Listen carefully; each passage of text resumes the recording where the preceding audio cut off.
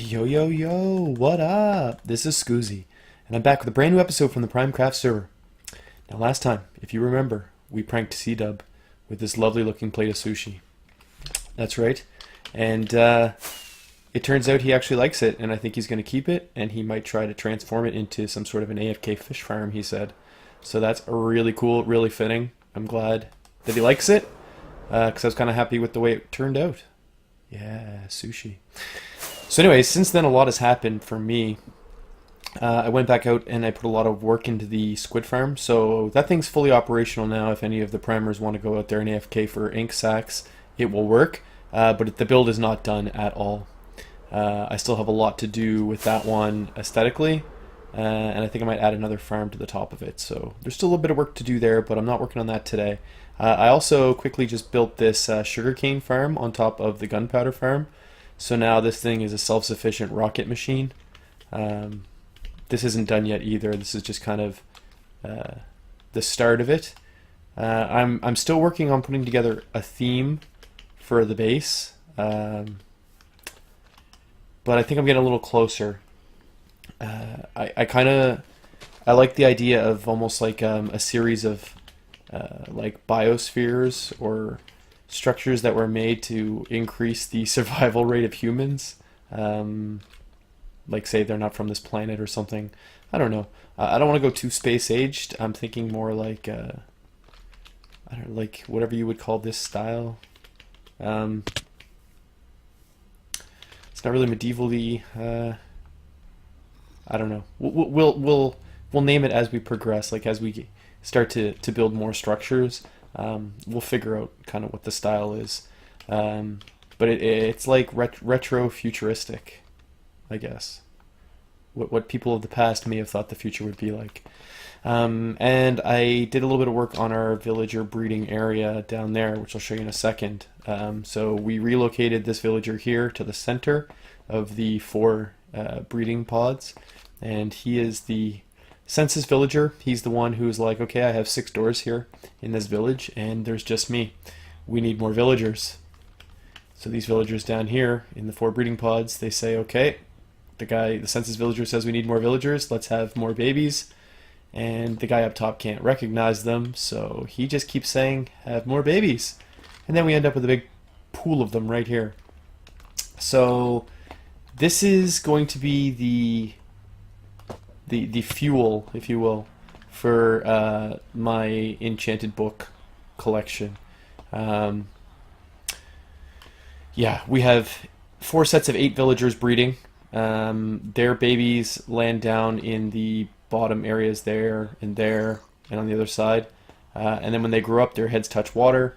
They raise up and come across these streams into the collection center. Then we have right there a dispenser with hoppers leading into it, and that will be loaded with minecarts. And then there is a powered rail there. That powered rail will shoot them out. They will land on this rail here, which is going to be powered as well. And that will drop them here into what is going to be our villager like selection station. So basically the trading hall will have villagers that we want to trade with, and we will have the option to get rid of them if we find a better version. But this is the initial selection. Like, do you even make it into the trading system, yes or no? And I'm following the same one that Doc M does in his video on his whole trading hall. They call it the villager Tinder system. Because basically you stand in the center, and if you want them, you swipe one way. If you don't want them, you swipe the other way, and it automatically takes care of it for you. So it's basically like Tinder. Yeah. So that's what we're going to be building here. So I just wanted to show you what I've been working on all week, so that you don't think that just because I'm not putting up videos doesn't mean I'm, being real lazy here. I'm doing a lot of work. It's just villager work is slow and frustrating. So it takes its time, and it's not the most interesting stuff to watch me do, so I do it off camera. But yeah, I'm going to continue on working on this, and hopefully when I come back we will have the yes-no system all worked out. Back in a second. All right, so for me this is the next day, but I got quite a bit of work done in here. I have the whole floor in for the trading hall. It's nice and bright and colorful. It's got kind of got like a Rubik's Cube vibe to it, eh?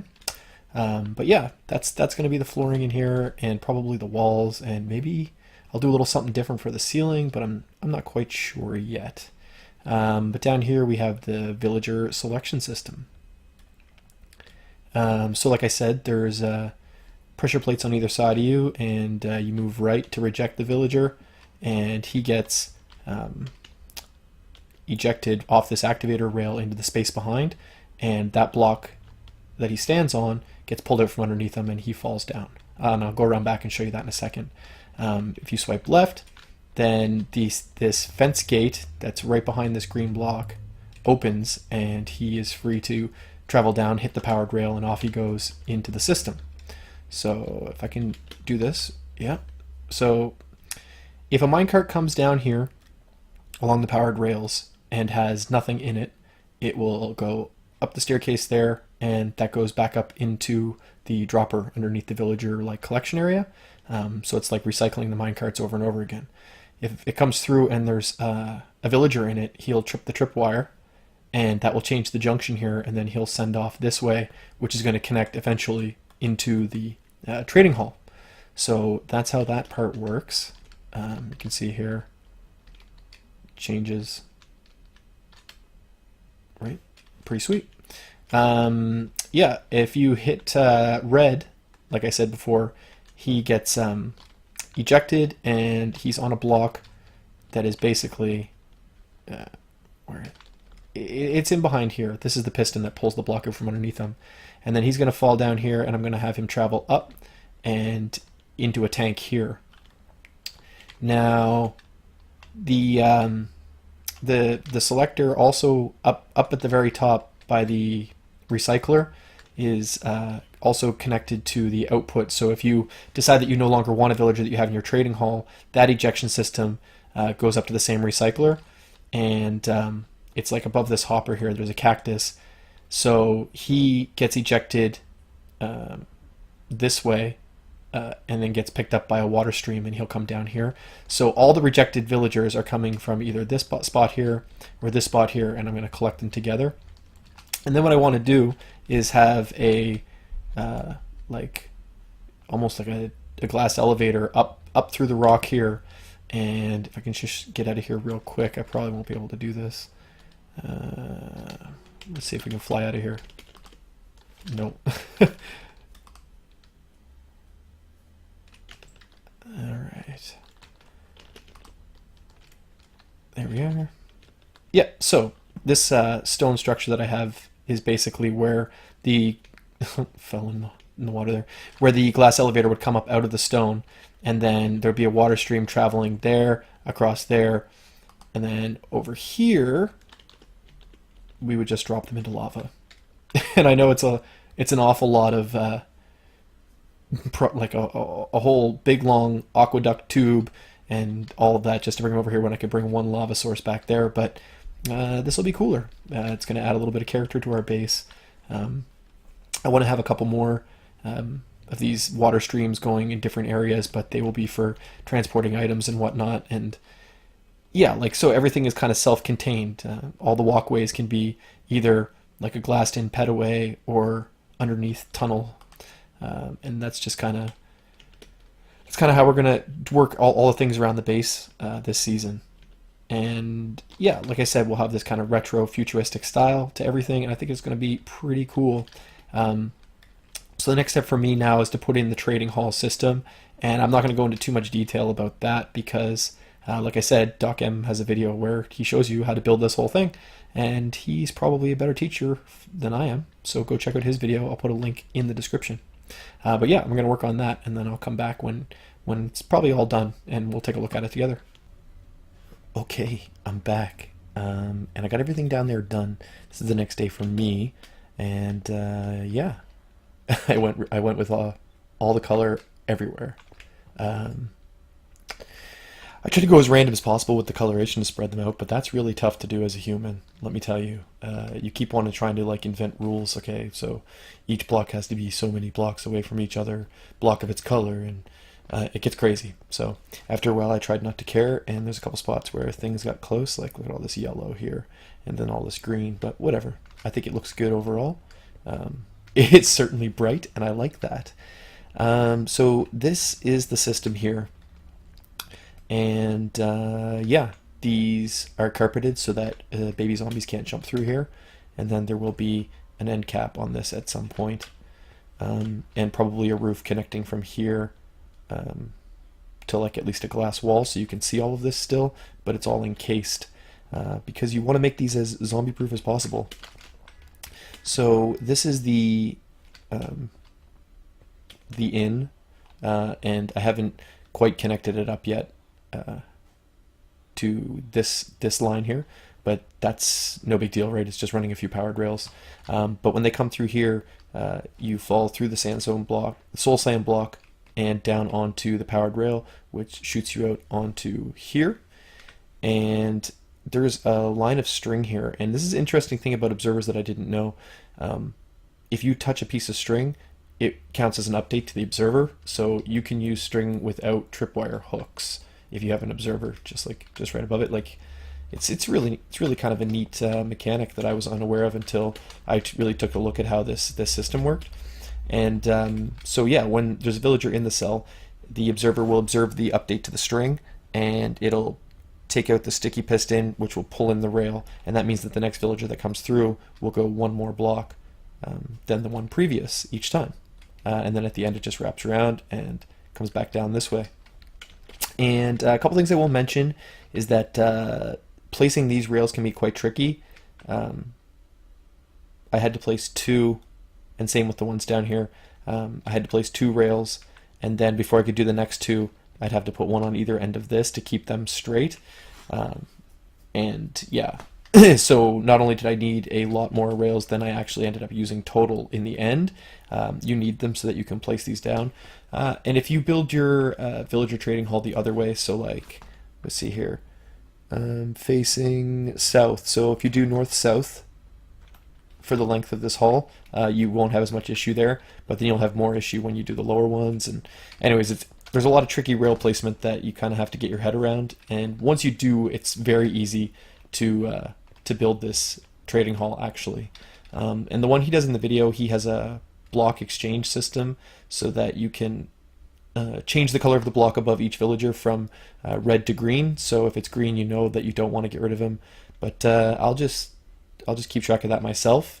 I think that's good if you were doing this in like a community setting, so you could mark which villagers you don't ever want to get rid of. But for me, I think I'll just I'll keep track of it. I don't know, I might use like signs or something, but there's also supposed to be a button on the front of each one of these blocks, and that's the button that will reject your villager and send them to the go away station. But I didn't want to take away from the look here, so what I will do is carry a button around with me, or maybe I'll keep one somewhere in here, and yeah, I'll just place it on the block if I need to eject a villager. The ejection tracks, they go from this side underneath the stairs here, and from this side just down this way and up there to the recycler kill station that I talked about before. But I've also added a switch, or I was in the process of doing it. Maybe I didn't finish it. Yeah, I did. It's right here.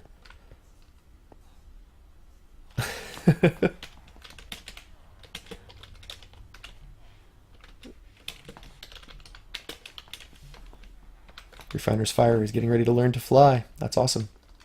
Yeah, so when I flip this switch and power this line here, it changes this junction so that the villagers go this way. And this is not in DocM's tutorial, but basically what I'm going to do is if I find, like say, a good farmer in here that I want to trade with for emeralds, I want to keep most of these slots here for librarians and such, But any of my good resource trades, I want to be able to move them to a new spot that I'll build at the end here.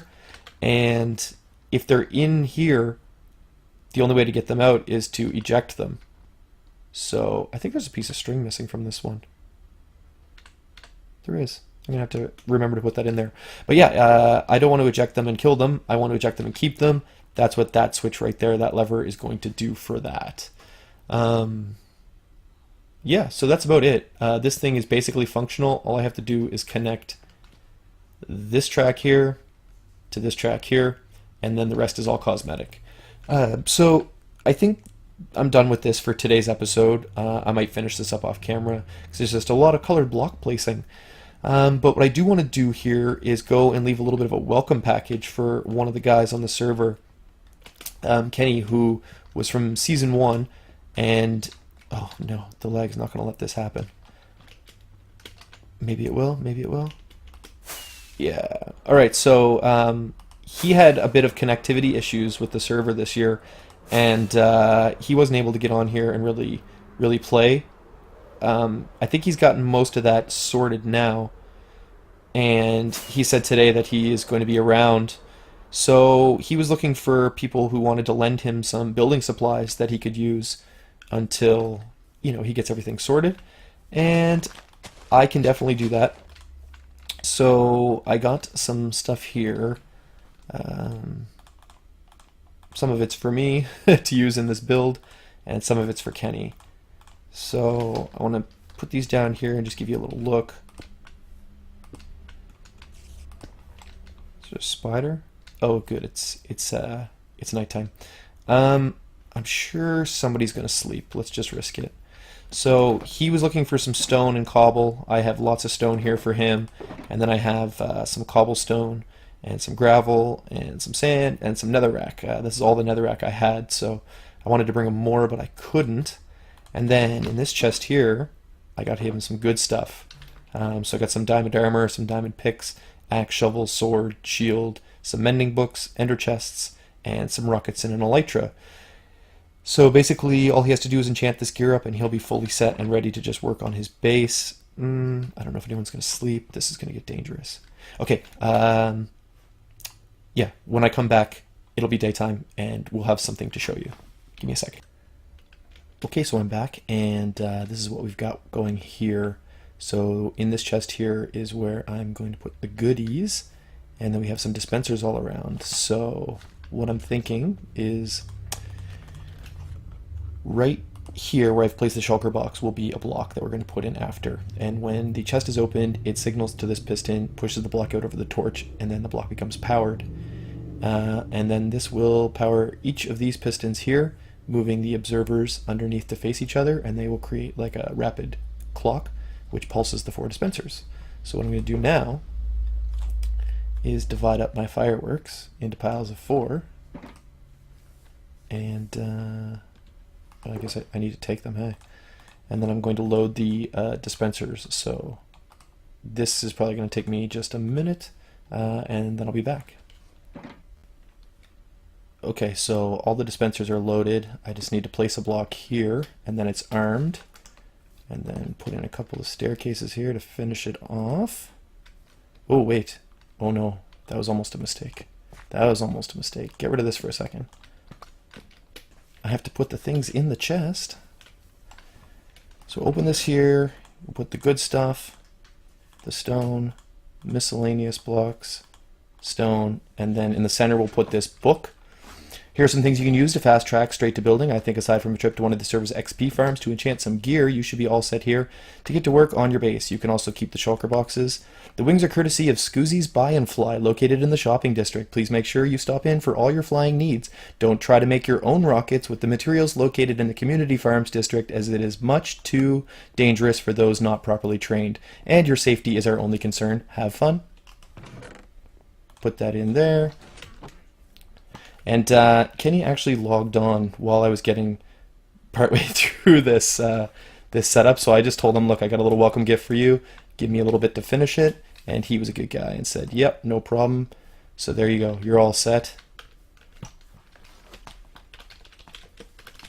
We'll tell him good to go.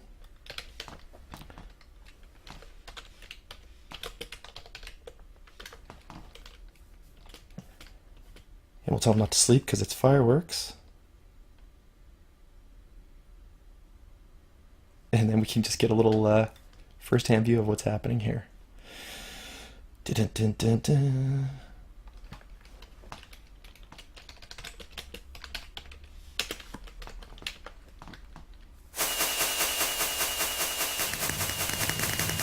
Oh, look at that.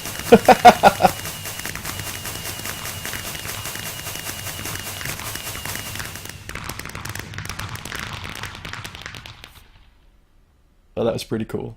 Scoozy's being emo. Alright, well that's going to do it for me today. Yeah, this has been Scoozy, and until next time, peace!